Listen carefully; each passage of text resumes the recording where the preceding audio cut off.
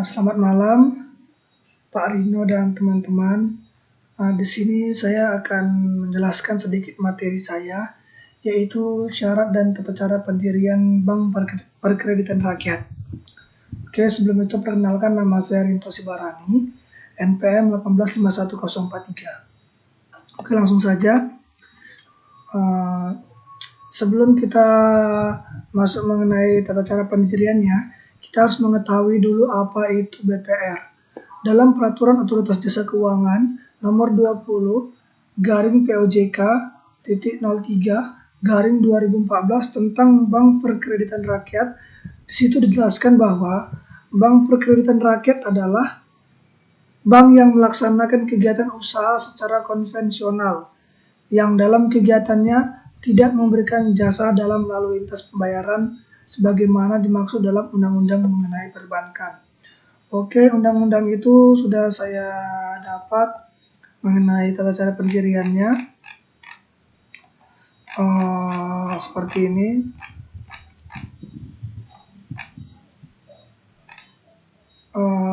BPR di ini bab 1 pasal 1. Di sini dijelaskan Bank Perkreditan Rakyat yaitu bank yang melaksanakan kegiatan usaha secara konvensional. Di dalam dalam Peraturan OJK Nomor 20 POJK 2014. Di sini ya. Dan selanjutnya kita langsung masuk ke syarat dan tata cara pendiriannya. Dalam bab 2 pendirian Bank Perkreditan Rakyat pasal 3 Peraturan OJK Nomor 20 POJK 03/2014, di situ ada disebutkan ya, Bank Perkreditan Rakyat hanya dapat didirikan dan melakukan kegiatan usaha dengan izin Otoritas Jasa Keuangan. Jadi BPR itu harus mendapatkan izin dari OJK. Dan di pasal 4-nya juga dijelaskan bahwa BPR hanya dapat didirikan oleh ada 3, warga negara Indonesia, Badan Hukum Indonesia yang seluruh pemiliknya warga negara Indonesia, dan atau pemerintah daerah. Itu juga saya ambil di sini. Ketentuannya itu ada di sini, bab 2-nya. Di pasal 4-nya jelaskan, pasal 4-nya BPR hanya dapat didirikan dan dimiliki oleh warga negara Indonesia, Badan Hukum Indonesia yang seluruh pemiliknya warga negara Indonesia, dan atau pemerintah daerah. Oke, lanjut saja. Oke, untuk mendirikan suatu BPR, di situ juga harus ada modal awalnya. Di pasal 5 itu dijelaskan bahwa modal disetor untuk mendirikan BPR ditetapkan paling sedikit. Yang pertama itu A. 14 miliar bagi BPR yang didirikan di zona 1. B. 8 miliar rupiah bagi BPR yang didirikan di zona 2. C. 6 miliar bagi BPR yang didirikan di zona 4. Dan D. 4 miliar bagi BPR yang didirikan di zona 4. Dan bagian zona sebagaimana dimaksud pada pasal tersebut ditentukan berdasarkan potensi ekonomi wilayah dan tingkat persaingan lembaga keuangan di wilayah kabupaten atau kota yang bersangkutan.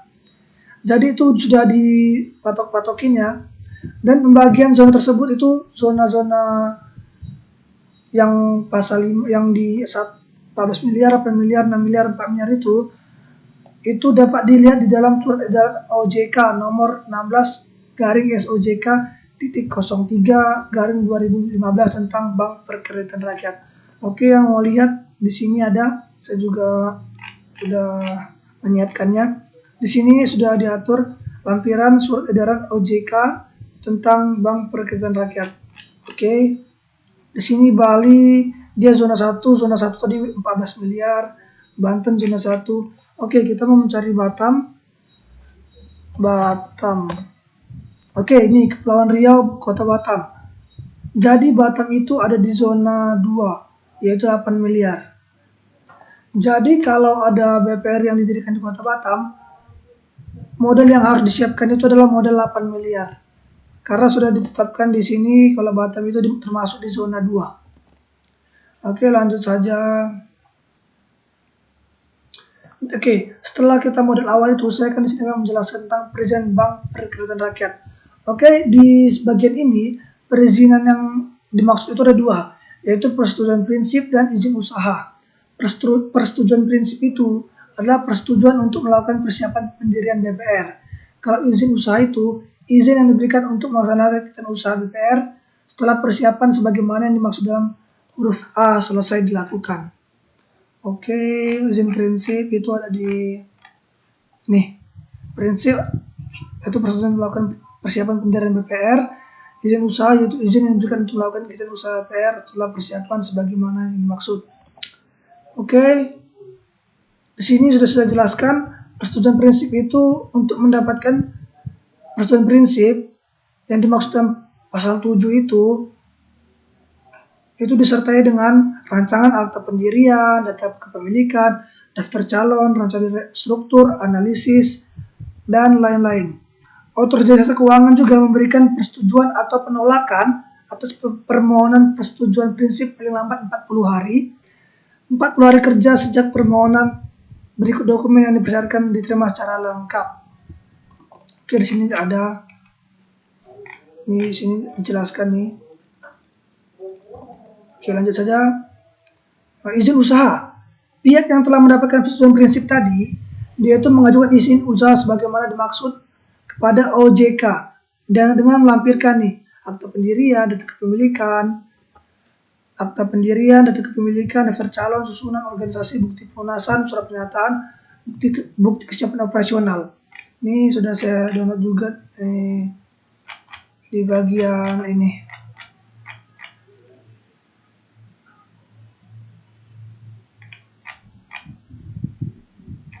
Di bagian ini ya. Nih, pasal 11-nya. Akta pendirian, data kepemilikan, daftar calon, susunan bukti.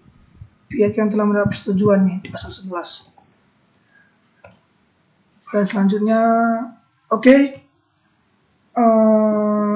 Itu adalah materi yang bisa saya jelaskan kepada teman-teman dan Pak Rino. Kira-kira kurang lebihnya saya mohon maaf jika ada kesalahan kata dalam penyampaian saya. Oke, sampai di sini saja materi yang bisa saya berikan. Oke, selamat malam. Terima kasih.